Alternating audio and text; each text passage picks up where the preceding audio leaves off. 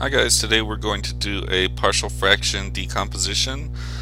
Here is our rational expression, 5x squared minus 9x plus 19 over x cubed minus 4x squared plus 5x minus 20. Our first step in doing this is to factor the denominator. So I'm going to try to find the zeros or the roots using the rational zeros theorem. In this case, our rational zeros are, our possible rational zeros are the factors of 20 over the factors of 1, which is just the factors of 20.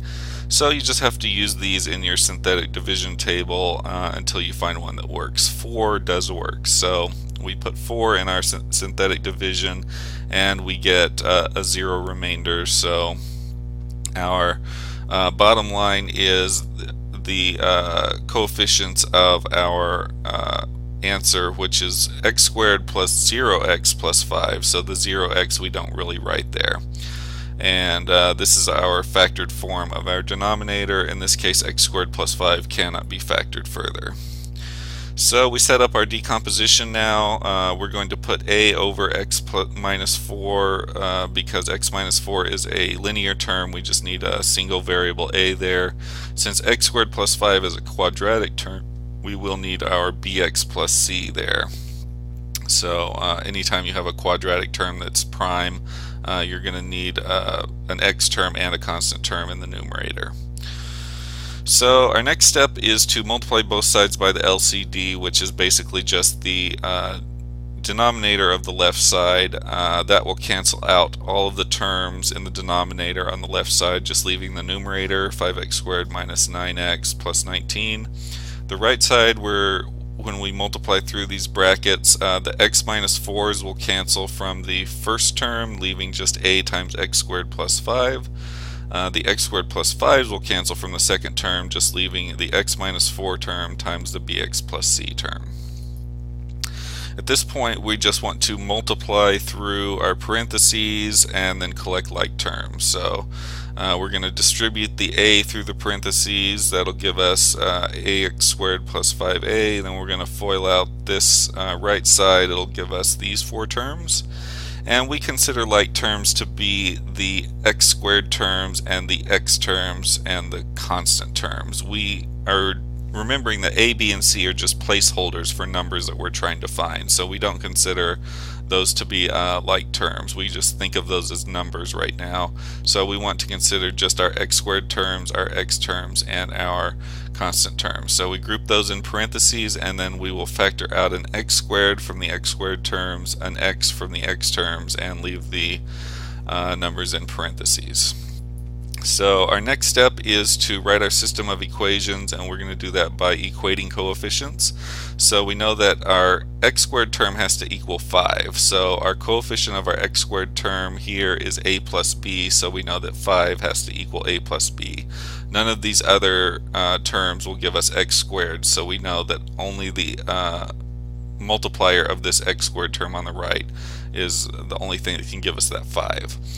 Similarly, for the x term, we need negative 9 equals this coefficient over here, so that's negative 4b plus c. And our constant term, 19, has to be equal to the constant term on the right, which is 5a minus 4c. So we've got us a system of 3 equations with 3 variables. Unfortunately, it's a little different than the ones we've been working with because the c is missing from the first, the a is missing from the second, and the b is missing from the third, but that's really no problem. What I'm going to do, I'm going to notice that if I solve for a here in this first equation and I subtract b from both sides, I'll be left with 5 minus b equals a. And if I plug that in, if I do a substitution of 5 minus b in for this a, I'll be left with an equation with just b's and c's here, and this one has just b's and c's. So that'll give me 2 equations with 2 variables b and c, which is kind of our goal on our first step of solving a system of 3 equations. We want to get down to 2 equations with 2 unknowns. So that's what I've done here. In equation 3, I've substituted 5 minus b in for a. Distribute through the parentheses. That'll give us 25 minus 5b minus 4c. subtract 25 from both sides, and this becomes my equation 5. And equation 4 is really just equation 2. I didn't have to do anything to it because we already had b and c in that equation. So now we've got this system we need to solve. Looks like it's pretty easy to eliminate c in this system, so we're just going to multiply equation 4 by 4 and set up a plus 4c and a minus 4c elimination when we add the equations together.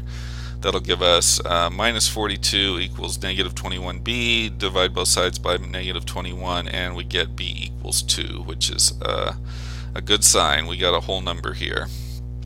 It doesn't have to be a whole number, but a lot of these problems are set up that way. Now we just need to find c from one of these two equations, or equation 4 originally had just c by itself, so that seems like a good choice. Negative 9 equals negative 4 times b, which was 2, plus c. Negative 9 equals negative 8 plus c, and adding 8 to both sides we get c equals negative 1. Now we just need to find a. Equation 1 looks good. We know what b is. That's 2. 5 equals a plus 2. Subtract 2 from both sides. We get a equals 3.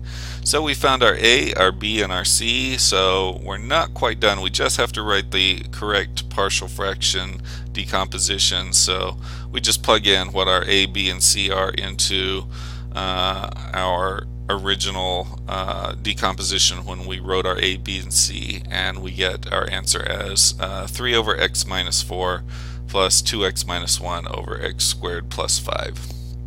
And that's our answer. You can check your work by multiplying this first term top and bottom by x squared plus 5, multiplying the second term top and bottom by x minus 4.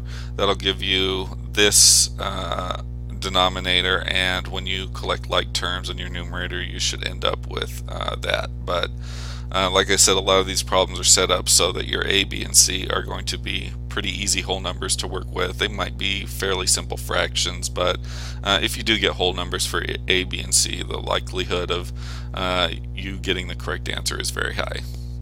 Okay, that's all for today.